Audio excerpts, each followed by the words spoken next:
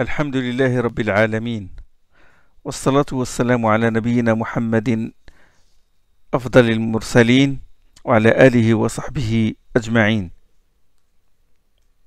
Alors nous sommes arrêtés la dernière fois sur la définition du pluriel alamin et nous avons dit que alamun ou alamin est le pluriel de alam, mais alamun désigne les hommes et les djinns, c'est-à-dire les êtres dotés de raison. Et au second degré, les animaux et les autres créatures. Mais en priorité sont les hommes et les djinns. Awalim, ce qui n'est pas le cas pour awalim. Awalim, c'est quand on parle d'animaux ou de végétaux ou d'êtres qui ne sont pas dotés de raison. On utilise le pluriel awalim. C'est comme le reine en français. Parmi les preuves dans le Coran que alamoun désigne surtout les assujettis aux lois, dans la sourate Al-Furqan où Allah subhanahu wa ta'ala dit Tabarak alladhi nazzala al-Furqan ala abdihi liyakuna lil alamina nadhira. Béni soit celui qui a fait descendre graduellement le Furqan c'est le Coran, le Furqan, le livre du discernement, sur son serviteur Mohammed, pour qu'ils avertissent l'alamin, pour qu'ils avertissent les mondes. Mais les mondes ici, ce sont les hommes et les djinns. Et il a dit dans un autre verset وَمَا أَرْسَلْنَاكَ إِلَّا رَحْمَةً لِلْعَالَمِينَ. Nous t'avons envoyé que comme miséricorde pour alamin. Donc alamin ici désigne les hommes et les djinns, puis les autres êtres, les animaux et les autres êtres. Dans un autre verset, Allah subhanahu wa ta'ala, il dit أَوَلَمْ نَنْهَكَ عَنِ الْعَالَمِينَ. Ils dirent, le peuple de Lot, qu'est-ce qu'ils ont dit à leur prophète Lot? Ils ont dit أَوَلَمْ نَنْهَكَ عَنِ الْعَالَمِينَ. Ne t'avons-nous pas défendu de recevoir des alamin, chez toi? Là, ils désignent par alamin les hommes, des étrangers. C'est-à-dire, nous t'avons pas défendu de recevoir des étrangers chez toi. Par étrangers, ils ont dit alamin. Donc l'emploi du pluriel alamin dans la sourate Al-Fatiha est pertinent, puisque cette sourate parle du début à sa fin, elle parle des assujettis et de l'assujettissement aux lois. C'est toi que nous adorons, c'est à toi que nous demandons aide. Iyaka na'budu wa iyaka nasta'id. Ihdina as-sirata al-mustaqim. Guide-nous sur le chemin de rectitude. Et qui sont ces alamin? Ils sont les croyants, à savoir sirata alladhina an'amta alayhim. Donc ça fait partie des alamin. An'amta, ce sont les croyants. Ils sont soit des croyants, soit des mécréants. Parmi les mécréants, il y a les réprouvés, ceux qui encourent la colère d'Allah, les al-Maghdoub alayhim, et les égarés d'Allin. Donc toutes les sortes d'assujettis, sont inclus dans ce verset-là. Et donc il est pertinent d'employer le pluriel alamin. Alhamdulillahi Rabbil Alamin. Ar-Rahman Ar-Rahim. Rahman est construit sur le shem fa'lan. Vous savez qu'en langue arabe, le vocabulaire arabe, il est toujours dérivé, les noms sont toujours dérivés des racines. Ce sont des racines en général formées par des consonnes. Donc le langage arabe, le vocabulaire arabe se base sur les racines. Les mots ont des racines. Et donc la racine de Rahman c'est Rahima, Rahman. Et donc, il est construit sur le shem fa'lan. Fa'lan, c'est un modèle, c'est une combinaison de cette racine-là. On ajoute an, ça donne un sens. Quand cette racine change, ça donne un sens particulier. Donc Rahman, il est construit sur fa'lan. Parce que tu lui montres tous les verbes et les noms, ils ont une racine, un paradigme qui est fa'ala. Donc Rahman est construit sur le shem fa'lan. La structure des noms et des verbes est très importante en langue arabe. Les verbes, bon, par exemple, le verbe kataba, il est construit sur le shem fa'ala. Kataba, sur le shem fa'ala. Kitabun, il est construit sur le shem fi'alun. Le verbe istansara, demander secours, est construit sur le shem istaf'ala. C'est ce qu'on appelle awzan, wazn. Le verbe intasara, triompher, il est construit sur le shem infa'ala. Donc, il y a toujours cette notion, cette question de racine. Donc, fa'alan. J'ai le wazn de base, fa'ala. Si j'ajoute, par exemple, si j'ajoute le waw et le t et le ta sur fa'ala, ça devient fa'alout. Bon, fa'ala, à la fin, je mets le waw et le ta. Ça devient fa'alout. Et fa'alout, c'est quoi? Fa'alout est une forme intensive du nom qui lui correspond. Par exemple, le mulk, la royauté, le royaume. Malakout, c'est un intensif, le grand royaume. Malakout. وكذلك نري إبراهيم ملكوت السماوات والأرض. De même, avons-nous fait à Ibrahim, fait voir à Ibrahim le malakout des cieux et de la terre. Le grand malakout, comme a dit Allah subhanahu wa ta'ala dans Surat Al-An'am. Malakout, Jabarut, on dit Rahamout. Rahamout, c'est la grande miséricorde. Rahma, et puis on ajoute le waw et le t. De même, Rahba, Rahabout, la grande crainte. Tarout. Tarout, c'est les construits sur Fa'alout. C'est le grand Taurian. C'est le dépassement des limites de l'hostilité et la transgression extrême. Rahman vient de la Rahma, comme j'ai dit, la racine, et Rahima. Rahman est construit sur le shem Fa'lan, et Fa'lan a une valeur intensive. Fa'lan, il implique l'arrivée de la chose qui correspond au nom, le renouvellement, tajdid, de cette chose, et le fait d'être rempli de cette chose. Et aussi le fait de se qualifier de cette chose au maximum. Comme par exemple Radban. Radban, c'est colère. C'est en colère. Radban, c'est quelqu'un en colère. Alors Radban, c'est la survenue de la colère et le fait de s'emplir de colère. On dit Radib. Radib, c'est quelqu'un qui est en colère. Mais c'est dans un degré moins que celui de Radban. Radban, c'est quelqu'un qui est très en colère. Très en colère. Radban, parce qu'il y a l'intensif. On a ajouté le alif et le nun. Un intensif. Un intensif, une grande colère. Et Radban, Fa'lan, toujours ça implique ce sens-là, c'est-à-dire le renouvellement de la chose, le renouvellement de la radab, du radab, de la colère, la survenue, il n'était pas en colère puis il est devenu en colère, et le fait de s'être rempli de cette chose-là, là, concernant Radban, c'est la colère, de s'être rempli de colère. Et comme dans la sourate où Allah subhanahu wa ta'ala dit فَلَمَّا رَجَعَ مُوسَى إِلَى قَوْمِهِ غَضْبَانَ أَسِفًا. Quand Moussa revint à son peuple plein de colère et de consternation. Dans la sourate Al-A'raf, sourate 7, empli de colère, était rempli de colère. À cause de quoi? Parce que son peuple a fait son peuple a adoré le veau, il a pris une divinité en dehors d'Allah. On dit Jaw'an. Jaw'an, c'est très fin. Ja'i', c'est moins. Ja'i', il a faim, mais Jaw'an, c'est il a très faim. Ça, c'est pour vous expliquer que la structure, le shem, ça influe sur le sens. Quand la structure change, le sens change. Quant à Rahim, Rahim, il est construit sur le wazn fa'il, le shem fa'il. Quand il dit fa'il, il exprime la stabilité et la stabilité de la chose, la stabilité de la qualité. Thubut. On dit tawil, quelqu'un qui est de grande taille, c'est-à-dire il est de grande taille, ça ne change pas, toujours de grande taille. Rahim, c'est une forme intensive de Rahim. Donc Rahim, c'est la stabilité. On dit Khatib, qui est construit sur le shem fa'il, ça désigne aussi, ça implique aussi la stabilité. Khatib, c'est prêcheur.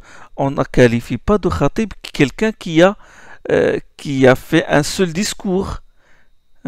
Mais Khatib, c'est quelqu'un qui d'habitude fait des discours. De même, Faqih. Faqih, ça désigne la stabilité. Ça veut dire quelqu'un qui est vraiment un vrai jurisconsulte, ou quelqu'un qui a de profondes connaissances religieuses. On ne qualifie pas de Faqih quelqu'un qui n'a connu que 2-3 questions juridiques, ou qui n'a connu que quelques questions de religion.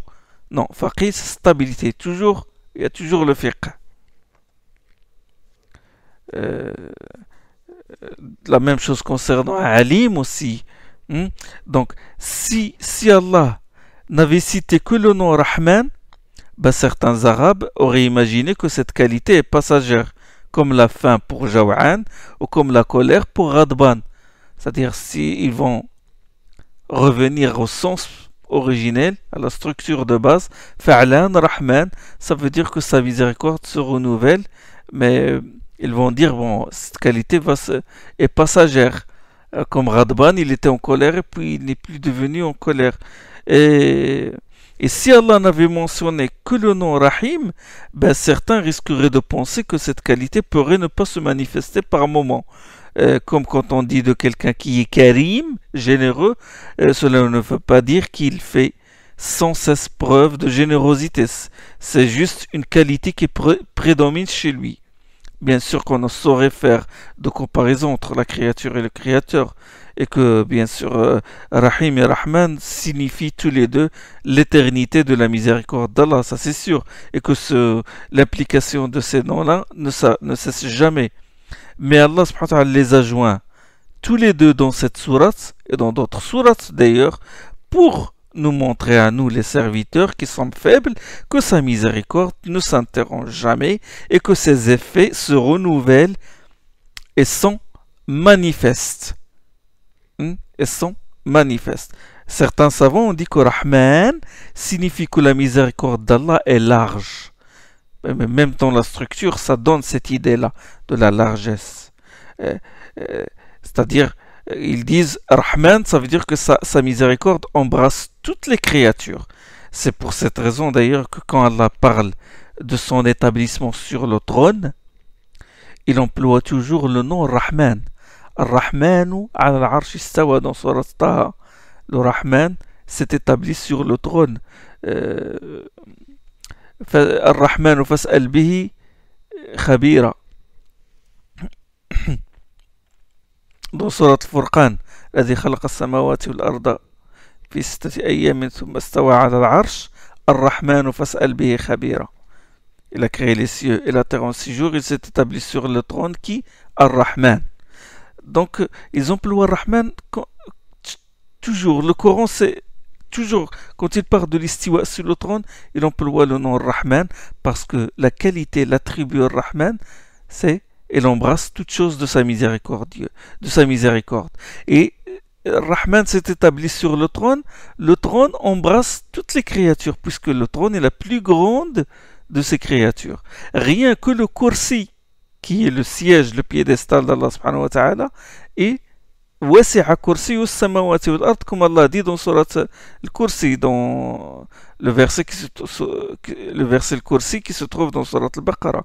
Le piédestal, le Kursi d'Allah, hein, il embrasse les cieux et la terre. Que dire alors du trône? Et Allah s'établit sur le trône, donc il convient qu'il emploie le nom Rahman. Rahim signifie pour certains savants que la miséricorde d'Allah touche les croyants.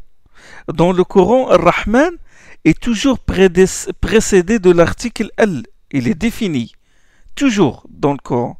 Rahman est toujours défini. On dit toujours Ar-Rahman. Ça n'existe pas Ar-Rahman sans le Alif et le Lam. Ce qui n'est pas le cas de Rahim. Rahim, il est tantôt employé avec l'article, tantôt sans l'article.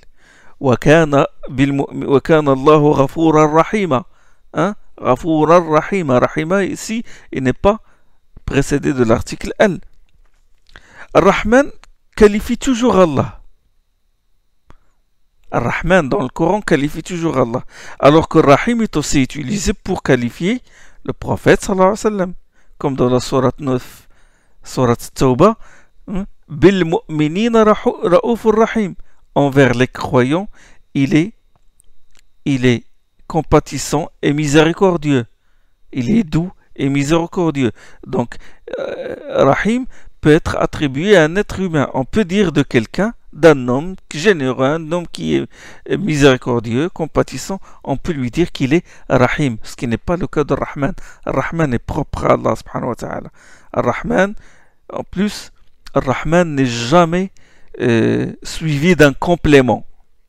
On ne dit pas Rahman envers quelqu'un ou envers quelque chose, envers le monde. On ne dit pas, mais on dit Rahim envers wa kana bil mu'minina rahima. Il était envers les croyants Rahim. Mais Rahman, on ne dit jamais Rahman dunya. Là, ça n'a pas de complément. Il n'est pas suivi d'un complément Rahman. Le qualificatif de Rahman a un sens plus fort que celui de Rahim. Il est même employé dans le Coran comme un substitut du nom d'Allah. Qul id'u Allah aw id'u Rahman. Dit invoquer Allah ou bien invoquer le Rahman dans Surat 17, Surat Isra. Donc c'est presque la même chose. C'est pour ces raisons, Wallahu a'lam, qu'Allah cite Ar-Rahman avant Ar-Rahim. Ar-Rahman Ar-Rahim. Il a cité Ar-Rahman avant Ar-Rahim. J'ai dit précédemment que le Rabb signifie le maître, le propriétaire, l'éducateur, le gérant. Cela signifie que c'est, bien sûr, Rabb, puisqu'il est éducateur, puisqu'il est propriétaire. Cela signifie que c'est en vertu de sa miséricorde qu'il nous a créés, nous a élevés, a mis à notre service ce qu'il y a sur la terre, ce qu'il y a dans le ciel, nous a éduqués, nous a guidés. C'est là une indication que tout homme chargé d'un pouvoir, tout éducateur doit être miséricordieux envers les gens qui sont sous sa charge, sous son autorité. Ça, c'est un signe. Quand on dit Rabb, Allah subhanahu wa ta'ala est éducateur, et il est Rahman, Rahim, donc ça, c'est un signe que nous devons, que quand on élève nos enfants, l'éducateur, le professeur, l'instituteur ou le gouverneur doit être miséricordieux envers ses sujets. Rahman et Rahim, Maliki Yawmiddin. Maliki Yawmiddin. Roi du jour du din, roi du jour de la rétribution. Il existe une autre lecture de ce verset. Maliki Yawmiddin. Maliki Yawmiddin. Maître du jour de la rétribution, possesseur du jour de la rétribution. Les deux lectures sont valables. Les deux lectures ont été révélées au prophète sallallahu alayhi wa sallam. Malik signifie possesseur, détenteur. Ça vient du tamalluk, la possession. Et Malik vient du mulk qui signifie la royauté et le pouvoir. Le Malik, possesseur, peut être un roi, comme il ne peut ne pas l'être. Le Malik se charge de ce qu'il possède. S'il a des employés, il se charge de leur assurer la nourriture, les vêtements, le logement. Le Malik, c'est surtout la notion de justice. Le Malik, le roi, veille à gouverner de manière juste. Donc, les deux lectures ont été révélées pour montrer qu'Allah est en même temps le possesseur des mondes, le maître, et en même temps leur roi, le roi des mondes. Maliki Yawmiddin. Pourquoi Allah subhanahu wa ta'ala n'a pas mentionné le monde d'ici-bas? Pourquoi il n'a pas dit Maliki Dunya wa Yawmiddin? Pourquoi il n'a pas mentionné la dunya, le monde d'ici-bas? Pourquoi il n'a pas dit maître au roi du jour de la rétribution et du monde d'ici-bas? Il a déjà dit louange à Allah, Seigneur des mondes. Donc, c'est-à-dire qu'il est le roi et le maître du monde d'ici-bas. Parce qu'il l'a déjà dit. Alhamdulillahi Rabbil Alamin. Rabbil Alamin, Seigneur des mondes.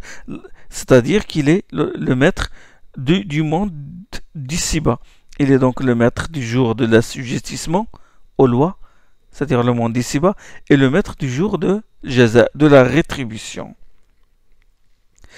Pourquoi Allah subhanahu wa ta'ala a dit jour du din, que j'ai traduit par rétribution? Yawmiddin. Pourquoi il n'a pas dit jour de la résurrection? Yawm al-Qiyamah.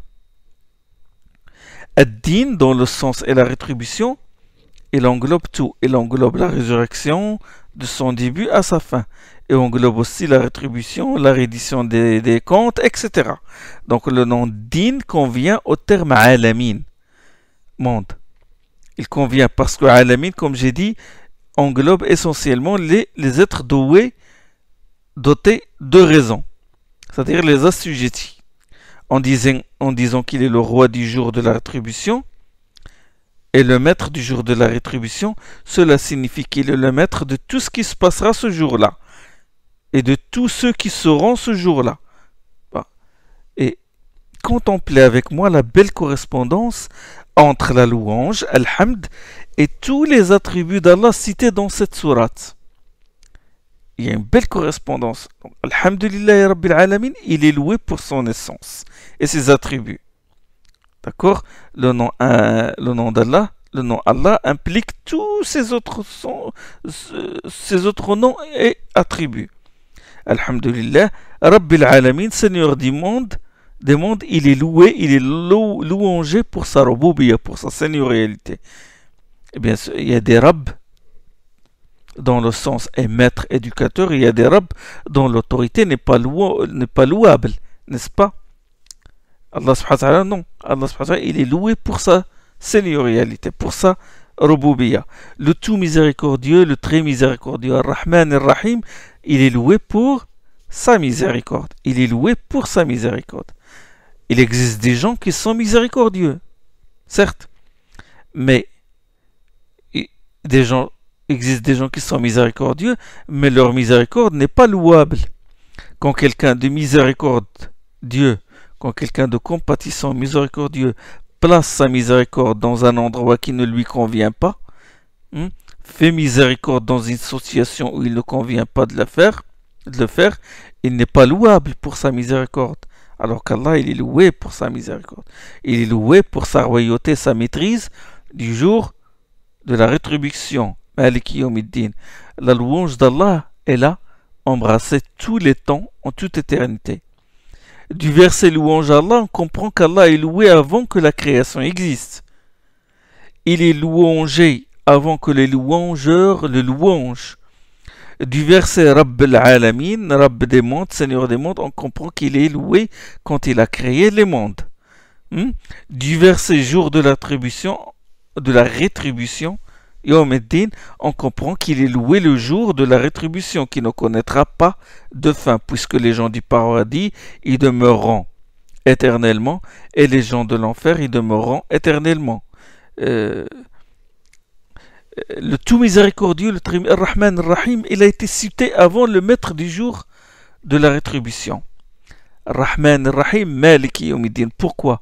Pourquoi le tout miséricordieux, le très miséricordieux, a été cité avant le maître du jour de la rétribution, le roi du jour de la rétribution? Parce qu'il dit rétribution, dit récompense.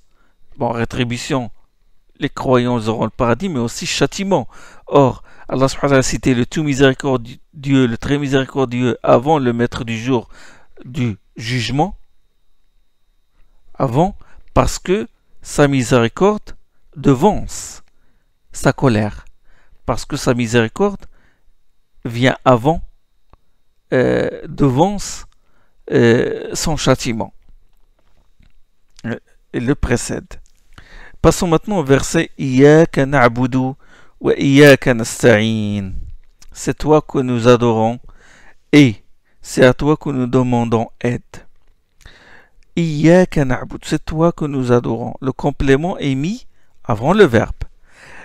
C'est cette antéposition du complément et cette mise en relief introduisent une clause restrictive dont la fonction est de renforcer ce qui est mentionné et d'exclure ce qui ne l'est pas. Cela signifie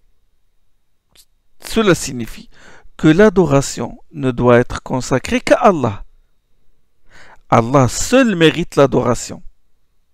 Iyyaka na'bud wa iyyaka nasta'in. Et c'est à toi que nous demandons aide, de même que la demande de l'aide. La demande de l'aide, elle ne doit être adressée qu'à Allah. D'accord? la demande de l'aide ne doit être adressée qu'à Allah. Dans les choses dont Allah seul est capable, on ne doit demander de l'aide que de lui. Dans les choses dont les gens sont capables, on peut leur demander de l'aide, mais en ayant dans l'esprit, dans le cœur, que sans l'aide d'Allah, ces gens-là ne peuvent pas nous aider. C'est donc à Allah que nous demandons de l'aide avant et après toute chose. N'est-ce pas? Donc c'est ça le secret de cette antéposition.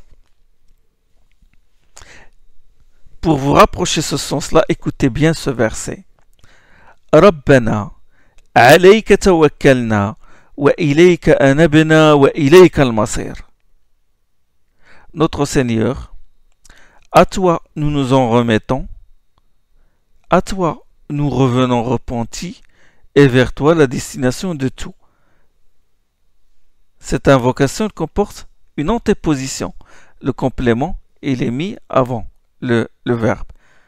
Rabbana alayka tawakkalna. À toi, nous nous en remettons. Et non pas, nous nous en remettons à toi. Non. Si on respecte l'ordre, on dit à toi, nous nous en remettons. Il y a antéposition. Ça veut dire que nous nous en remettons à personne d'autre qu'à toi. C'est une clause restrictive. À toi, nous revenons repentis. Nous nous revenons repentis à personne d'autre qu'Allah. Et c'est pour ça qu'il y a inversion, c'est pour ça qu'il y a antéposition. Wa ilayka anabna, et non pas wa anabna ilayk.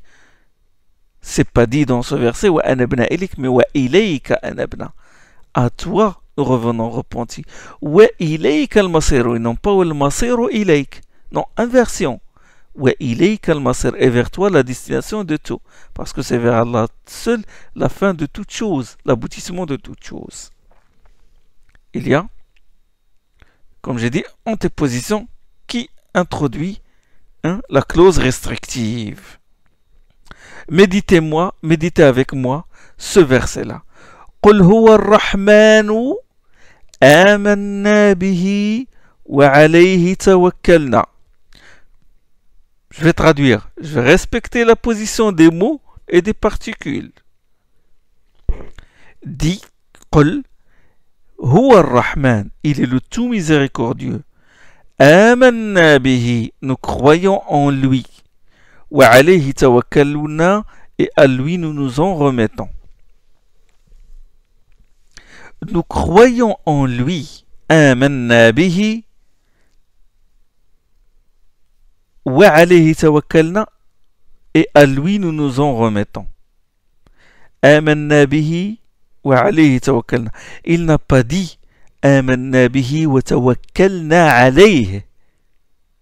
Il n'a pas dit nous croyons en lui et nous nous en remettons à lui, mais il a dit nous croyons en lui et à lui nous nous en remettons. Pourquoi il n'y a pas antéposition du complément concernant la foi? Quand il a dit nous croyons, non, pourquoi il n'y a pas inversion ici? Alors qu'il y a antéposition du complément concernant le tawakkul. Quand il dit nous croyons, il n'a pas dit à lui nous croyons. À lui, قل هو الرحمن به آمنا. Il n'a pas dit قل هو الرحمن به آمنا. Il a dit قل هو الرحمن آمنا به. Nous croyons en lui. Il n'y a pas antéposition, il n'y a pas inversion, il n'y a pas clause restrictive.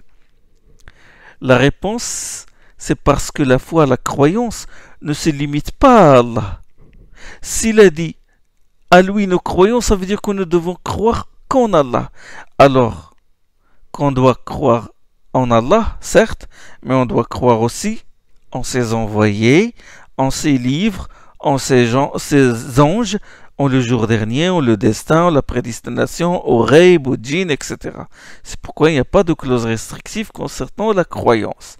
Amanna bihi, nous croyons en lui. Alors que le tawakkul, il ne faut s'en remettre qu'à Allah, à personne d'autre. Qu'à Allah. D'où le terme, à lui nous nous en remettions. Wa alayhi tawakkalna. Donc rien n'est laissé au hasard. Chaque mot dans le Coran a sa place, est à sa place. Il n'y a pas d'hiatus, chaque mot. Et pourquoi il a joint l'isti'ana à l'adoration? Pourquoi il y a les deux? Iyyaka na'budu wa iyyaka nasta'in. c'est toi que nous adorons et c'est à toi que nous demandons aide. Pourquoi il les a mis? Il les a mis toutes les deux. L'adoration et la demande de l'aide. Ben parce que l'homme ne peut pas accomplir un acte d'adoration, ou plutôt ne peut pas adorer Allah sans l'aide d'Allah. Sans l'aide d'Allah et sans qu'Allah lui inspire de le faire. C'est un aveu du croyant de sa faiblesse, de son incapacité à accomplir un acte d'adoration sans l'aide d'Allah. Donc cette isti'ana est un remède contre quoi? Contre l'orgueil, hein, contre l'infatuation. C'est un remède contre, pour pas dire que voilà, c'est moi qui ai accompli cet acte d'adoration, c'est moi qui ai donné le monde. Non, sans l'aide d'Allah, tu ne feras rien du tout. Et c'est pourquoi qu'Allah subhanahu wa ta'ala, il a joint l'adoration, la demande de l'aide à l'adoration. Et pourquoi il a mentionné l'adoration avant la demande de l'aide? Pourquoi il n'a pas dit Pourquoi il n'a pas inversé?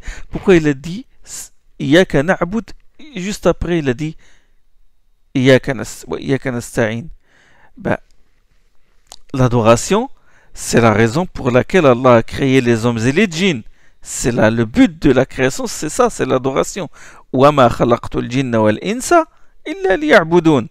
n'ai créé les djinns et les hommes que pour qu'ils m'adorent, comme a dit Allah dans Surat Al-Zariyat. Donc l'isti'ana est un moyen d'accomplir l'adoration. Il convient donc de mettre l'adoration avant la demande de l'aide, puisque l'objectif c'est l'adoration. Et là, l'isti'ana est un moyen. En plus, l'adoration est un droit d'Allah, tandis que l'isti'ana, la demande de l'aide, est une de ces demandes. L'adoration est un droit d'Allah, c'est son droit. C'est le droit qu'il a sur nous, c'est de l'adorer. Tandis que l'isti'ana, la demande de l'aide, est une des demandes, de ces demandes. Et or, le droit passe avant la demande. C'est toi que nous adorons et c'est à toi que nous demandons aide. Nous adorons, nous demandons aide. À la première, c'est à la première personne du pluriel. D'accord? Et en plus, il est dit que c'est toi. On s'adresse à Allah subhanahu wa ta'ala directement. C'est à la deuxième personne du singulier. C'est toi que nous adorons.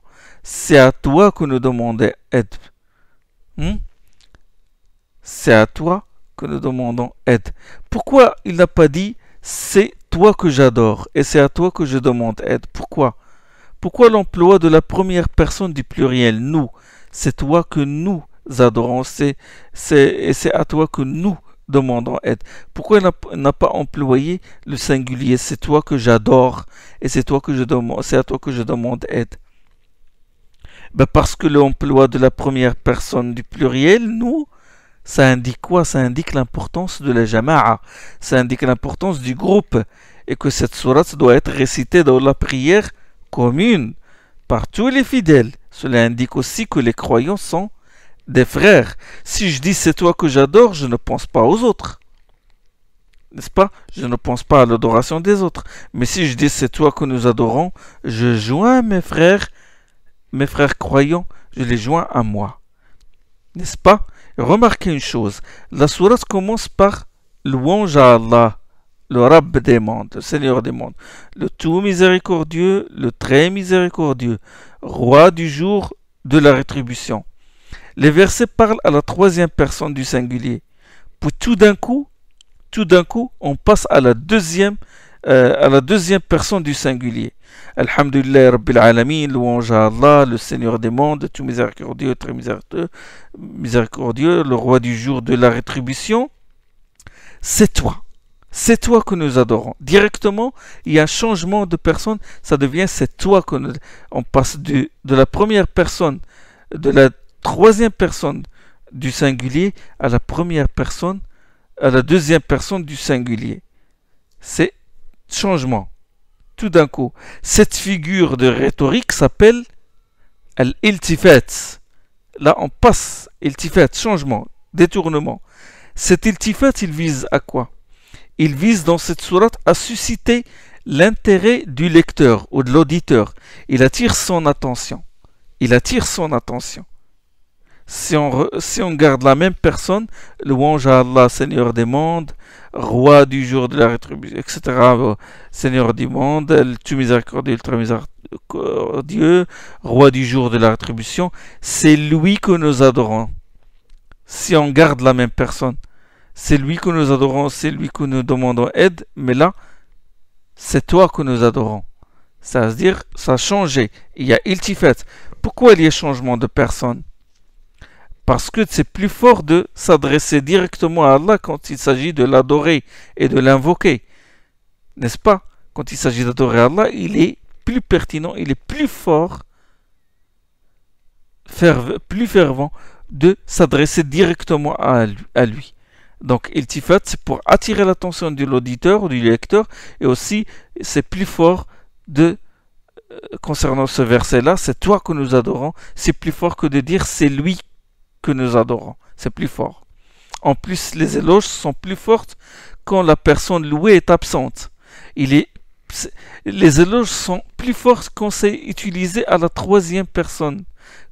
Quand on dit louange à lui, c'est plus fort.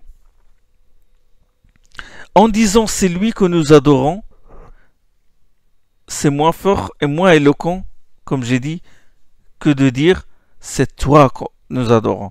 De même, en disant c'est à lui que nous demandons aide, c'est moins fort que de dire c'est à toi que nous demandons aide. Iyaka na'budu wa iyaka nasta'in.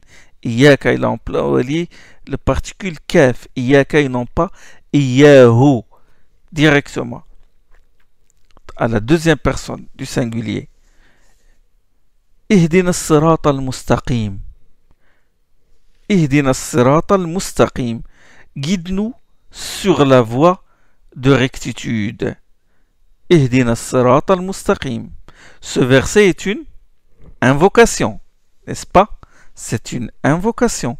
C'est le seul dua imposé aux musulmans. Il doit obligatoirement le dire plusieurs fois par jour dans la prière, parce que la prière est obligatoire. Cela prouve que l'homme ne peut pas se guider si Allah ne le guide pas. Si Allah abandonne les gens à eux-mêmes, chacun prendra un chemin à part, dévié, et ne trouvera pas le bon chemin. Guider et hidayah, c'est inspirer de suivre la bonne voie et la montrer. Donc le verbe guider, hada, peut être employé.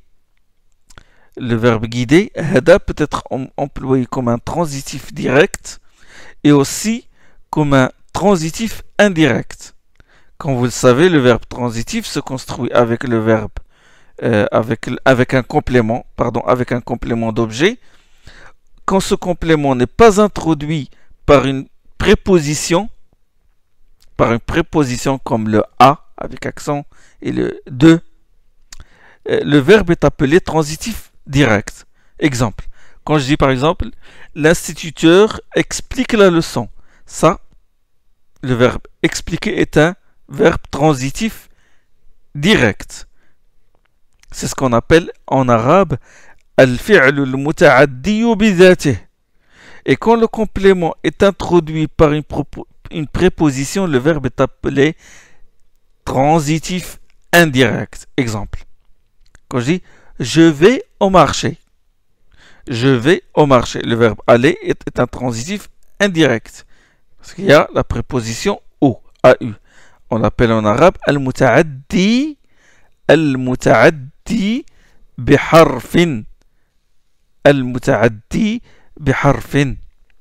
Bon, Inch'Allah, la prochaine fois, je parlerai de la différence entre l'emploi du verbe guider, hada, en tant que transitif direct et son emploi en tant que transitif indirect, où la préposition est ila. Inch'Allah, je vais expliquer ça, Inch'Allah. سبحانك اللهم وبحمدك أشهد أن لا إله إلا أنت أستغفرك وأتوب إليك.